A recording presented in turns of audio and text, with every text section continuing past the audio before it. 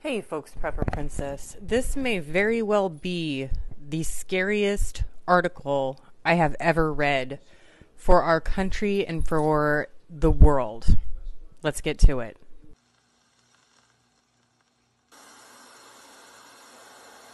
All right, folks, so this is an article from the Canadian Report, and it was sent to me by a subscriber, and it somehow ended up in my spam folder. So you tell me. But I'm starting off down here, and it's pretty much talking about the phases of Canada as well as what will trickle down into the United States as well as the rest of the world. And you can see the link up top if you want to look it up for yourself. I'll go ahead and provide a link in the description as well. It's a road map sent out by the PMO as follows. Phase in secondary lockdown, restrictions on a rolling basis, starting with major metropolitan areas first and expanding outward, expected by November of 2020. And as you all know, California just started their second lockdown. Rush the acquisition of or construction of isolation facilities across every province and territory, expected by December. Daily new cases of COVID-19 will surge beyond capacity of testing, including increases in COVID-related deaths following the same growth curves, expected by end of November of 2020. We're right here. Complete and total secondary lockdown, much stricter than the first and second rolling phase restrictions, expected by the end of December to early January of 2020 to 2021. Reform and expansion of the unemployment program to be transitioned into universal basic income, expected by Q1 of 2021. So they're talking about not stopping unemployment for the people who lost their jobs since the beginning of March of the initial lockdown, and they're going to transition that into universal basic income. It gets so much worse from this point on. The projected COVID-19 mutation and or co-infection with secondary virus leading to a third wave with much higher mortality rate and higher rate of infection expected by February of 2021. Daily new cases of COVID hospitalizations and COVID related deaths will exceed medical care facility capacity, expected Q1 of 2021. Enhanced lockdown restrictions, referred to as third lockdown, will be implemented. Full travel restrictions will be imposed, including inter-province and intercity. That means that if you live in a major city, you can't even move around in the city. Transitioning of individuals into the Universal Basic Income Program is expected mid-quarter of 2021. It gets much worse. Projected supply chain breakdowns, inventory shortages, large economic instability, expected late Q2 of 2021. That means no food. Deployment of military personnel into major metropolitan areas. That means they are relinquishing the justice from the police officers and putting it into military.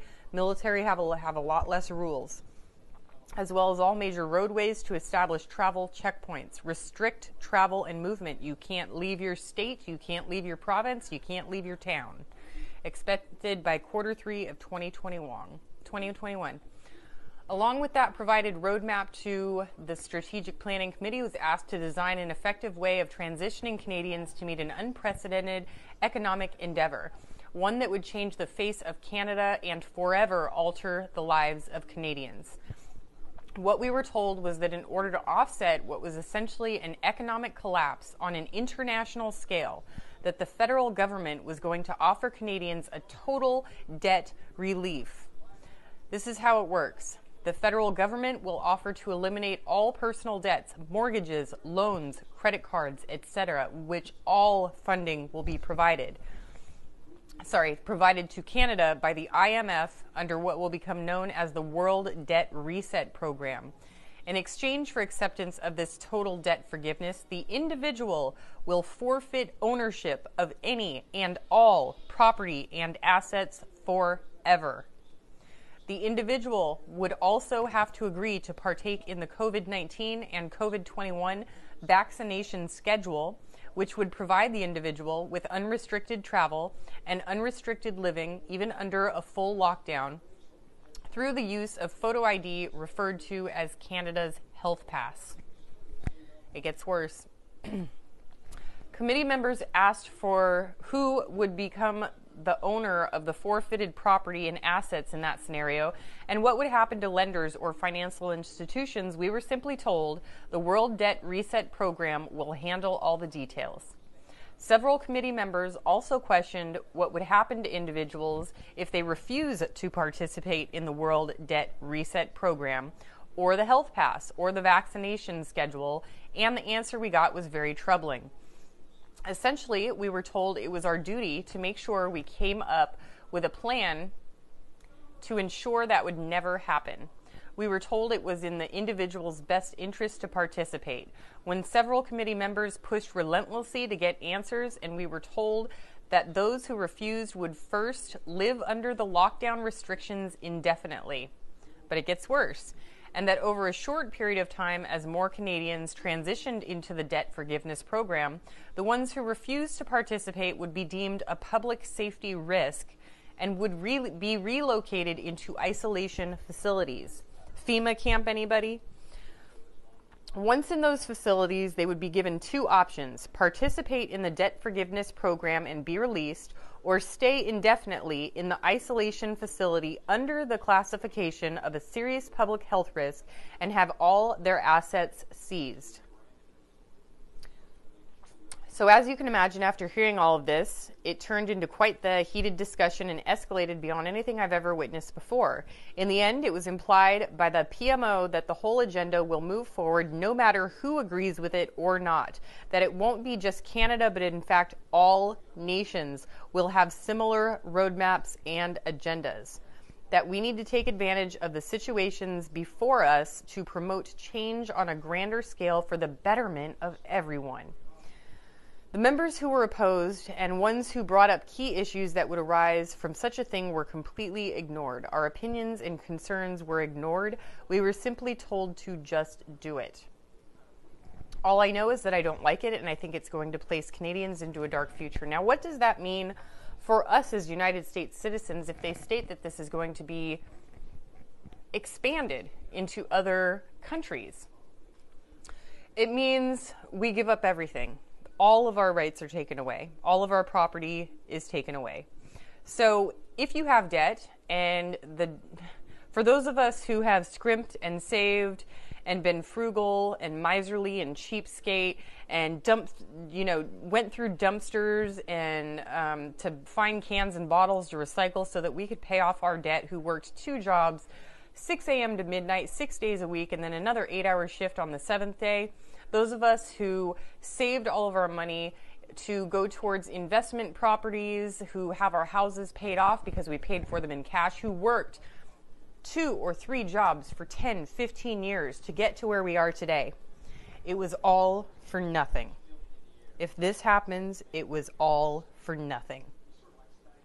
Now, I want to remind you guys that 70% of people live paycheck to paycheck. That is due to debt. 70% of people have debt. The baby boom generation, the millennial generation, I believe, each average millennial has approximately $178,000 worth of debt. Now, if the government came in and said, hey, you know that $178,000 you owe? Well, you don't owe it to us anymore, and we're going to give you a basic income. We're going to give you, $1,000 a month, and you don't have a house payment anymore. Isn't that great? Just sign on the dotted line. Well, you don't own that home that you live in. So that means that if somebody who is a high-ranking official in the U.S. government likes your house, they can come in and tell you you have to move out. Oh, don't worry about picking up any of your belongings. Those are all going to stay. Just here, get out. No, you can't take a backpack. The dog, we're going to keep the dog too. So don't worry about it. Just go. Well, where am I supposed to go? I don't know. Good luck. Because they own your property. They own all of your property and all of your assets. They own all of your rights. You're not allowed to travel unless you get a vaccine and take the universal basic income. And, you know, I don't know, I am not familiar with this website. It seems like a legitimate website, but if any of this actually is true, our entire society is about to change for the worse. And don't forget, if you own no property and you have no value of any kind in terms of financial gains, remember what happens to our school children. What is the point in getting an education and becoming a doctor, a nurse, a philosopher, a teacher? What's the point? If you can make just as much money doing nothing as you can working as a teacher, why go through all that learning to enrich lives if you make the same amount of money doing nothing?